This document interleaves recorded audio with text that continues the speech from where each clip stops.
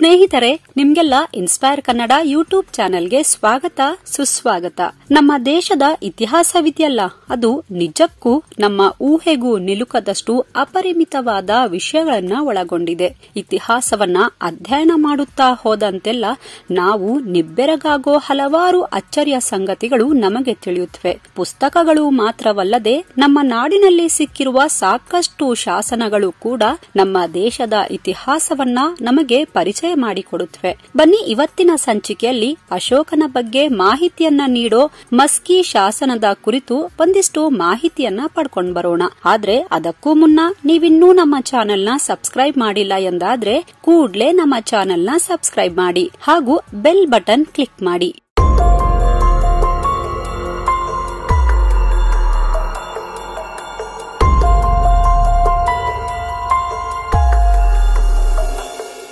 ವೀಕ್ಷಕರೇ, ನಮ್ಮ ರಾಜ್ಯದ ರಾಯಚೂರಿನಲ್ಲಿರೋ ಮಸ್ಕಿ ಎಂಬ ಊರು ಸಾಕಷ್ಟು ಶಿಲಾಶಾಸನಗಳನ್ನ ತನ್ನೊಡಲಾಳದಲ್ಲಿ ಹುದುಗಿಸಿಟ್ಟುಕೊಂಡಿದೆ. ಈ ಊರನ್ನ ಶಾಸನಗಳ ಊರು ಅಂತ ಕರೆದ್ರೂ ತಪ್ಪೇನಿಲ್ಲ. ಮಸ್ಕಿ ಪಟ್ಟಣದ ಗುಡ್ಡದಲ್ಲಿ ಅಶೋಕನ ಕಾಲಕ್ಕೆ ಸಂಬಂಧಿಸಿದ ಶಿಲಾಶಾಸನಗಳು ದೊರಕಿವೆ. ಮೌರ್ಯ ಸಾಮ್ರಾಜ್ಯದ ಅತ್ಯಂತ ಪ್ರಸಿದ್ಧ ದೊರೆಯಾದ ಸಾಮ್ರಾಟ ಅಶೋಕ ಚಕ್ರವರ್ತಿಯು ಸಾಕಷ್ಟು ಯುದ್ಧಗಳನ್ನ ಗೆದ್ದು ಕಳಿಂಗ ಯುದ್ಧದಲ್ಲಾದ ಸಾವು ನೋವನ್ನ ನೋಡಿ ಮನನೊಂದು ಯುದ್ಧವನ್ನ ಬಿಟ್ಟು ಶಾಂತಿಯನ್ನ ಬಯಸಿದ.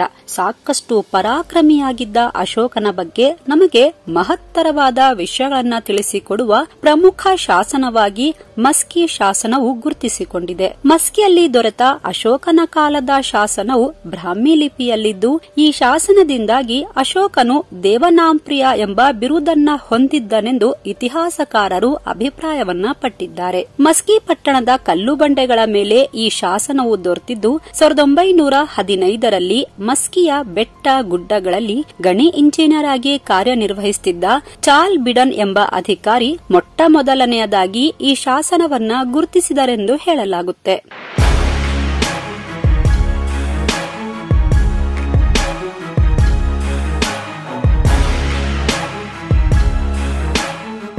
ಇನ್ನು ಅಶೋಕನ ಕುರಿತಾಗಿರುವ ಈ ಶಾಸನವನ್ನ ಚಪಡ ಎಂಬ ಲಿಪಿಕಾರ ಬರೆದನೆಂದು ವ್ಯಾಖ್ಯಾನಿಸಲಾಗಿದೆ. ಬ್ರಾಹ್ಮಿ ಲಿಪಿಯಲ್ಲಿರುವ ಈ ಶಾಸನದ ಸಾಲೊಂದರಲ್ಲಿ ದೇವಾನಂ ಪಿಯಸ ಅಶೋಕಸ ಎಂಬ ಸಾಲುಗಳನ್ನ ಬರೆದಿರುವುದನ್ನ ಸಂಶೋಧಿಸಿದ ನಂತರ ದೇವನಾಂಪ್ರಿಯ ಎಂಬ ಬಿರುದು ಅಶೋಕ ಚಕ್ರವರ್ತಿ ಹೊಂದಿದ್ದ ಎಂದು ತೀರ್ಮಾನಿಸಲಾಯಿತು.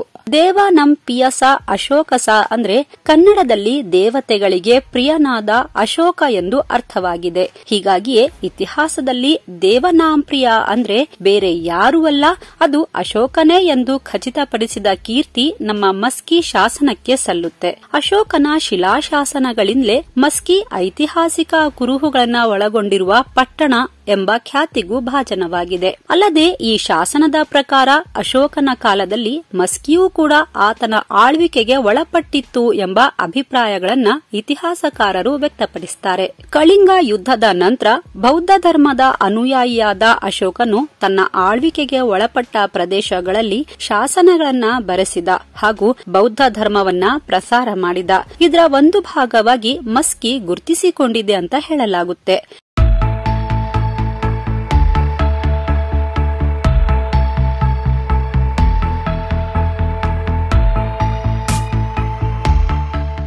ಅಶೋಕನ ಶಿಲಾಶಾಸನದ ಕನ್ನಡ ಅನುವಾದವನ್ನ ಅರ್ಥೈಸುವುದಾದರೆ, ದೇವನಾಂಪ್ರಿಯ ಅಶೋಕನಾದ ನಾನು ಕಳೆದ 2.5 ವರ್ಷಗಳಿಂದ ಬುದ್ಧ ಗುರುವಿನ ಅನುಯಾಯಿಯಾಗಿದ್ದೇನೆ.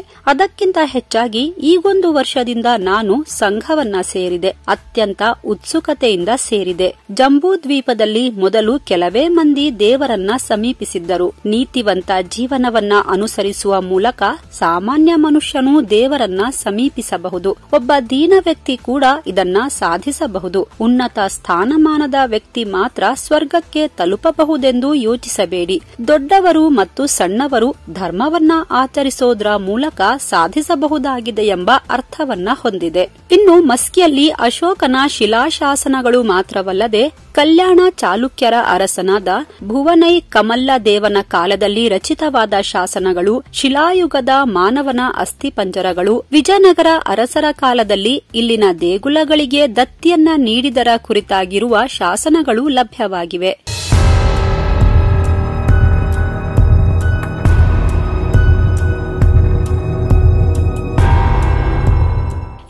ಸಂಗತಿಗಳು ಮಾತ್ರವಲ್ಲದೆ ವಿಜಯನಗರದ ಸದಾಶಿವರಾಯ ಮತ್ತು ಅಚ್ಯುತರಾಯನ ಕಾಲಕ್ಕೆ ಸಂಬಂಧಿಸಿದ 2 ಶಿಲಾಶಾಸನಗಳು ದೊರೆತಿವೆ. ಅವುಗಳ ಪ್ರಕಾರ ಮಸ್ಕಿಗೆ ಮೊಸಗೆ ಎಂಬ ಹೆಸರಿತ್ತೆಂದು ತಿಳಿದು ಬಂದಿದೆ. ಹಾಗೂ ಚಾಲುಕ್ಯರ ಕಾಲದ ಶಿಲಾಶಾಸನಗಳಲ್ಲಿ ಈ ಊರನ್ನ ಮೊಸಂಗಿ ಎಂದು ಕರೆಯುತ್ತಿದ್ರು ಎಂಬ ಮಹತ್ವಪೂರ್ಣ ದಾಖಲೆಗಳು ದೊರಕಿವೆ. ಹಿಂದೆ ಮೊಸಗೆ, ಮೊಸಂಗಿ, ಮಹಾಶೃಂಗಿ, ಮೊಸಂಗೆ ಎಂಬ ಹೆಸರಿನಿಂದಲೂ ಕರೆಯುತ್ತಿದ್ದ ಈ ಊರು ಕಾಲಕ್ರಮೇಣ ಜನರ ಬಾಯಿಂದ ಬಾಯಿಗೆ ಹರಿದಾಡಿ ಮಸ್ಕಿ ಎಂಬ ಹೆಸರನ್ನ ಪಡೆದುಕೊಂಡಿತು ಎಂದು ಹೇಳಲಾಗುತ್ತೆ. ಇಂದಿಗೂ ಕೂಡ ಮಸ್ಕಿಯಲ್ಲಿರೋ ಕಲ್ಲುಗುಡ್ಡಗಳನ್ನ ಸೂಕ್ಷ್ಮವಾಗಿ ಹುಡುಕಾಡಿದ್ರೆ ಇನ್ನಷ್ಟು ಶಿಲಾಶಾಸನಗಳು ದೊರಕಬಹುದು ಅನ್ನೋದು ಸಂಶೋಧಕರ ಮನದ ಮಾತಾಗಿದೆ. ಸ್ನೇಹಿತರೆ, ಇವಿಷ್ಟು ಮಸ್ಕಿಯಲ್ಲಿ ದೊರೆತಿರುವ ಶಾಸನಗಳ ಕುರಿತಾದ ಮಾಹಿತಿಯಾಗಿದ್ದು, ಮುಂದಿನ ಸಂಚಿಕೆಯಲ್ಲಿ ಕರ್ನಾಟಕದಲ್ಲಿ ದೊರೆತಿರುವ ಬೇರೆ ಬೇರೆ ಶಾಸನಗಳ ಬಗ್ಗೆ ಹಾಗೂ ದೇಶವನ್ನಾಳಿದ ಪ್ರಸಿದ್ಧ ಅರಸರ ಬಗ್ಗೆ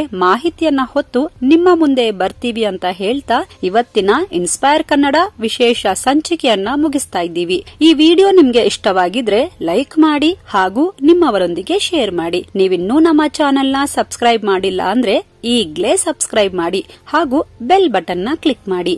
ವಂದನೆಗಳು.